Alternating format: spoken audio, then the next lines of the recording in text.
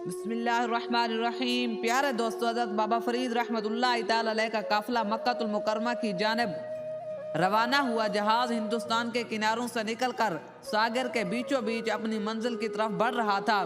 اس سفر میں ایک خاص سکون تھا، لیکن ساتھ ہی عجیب بے چینی۔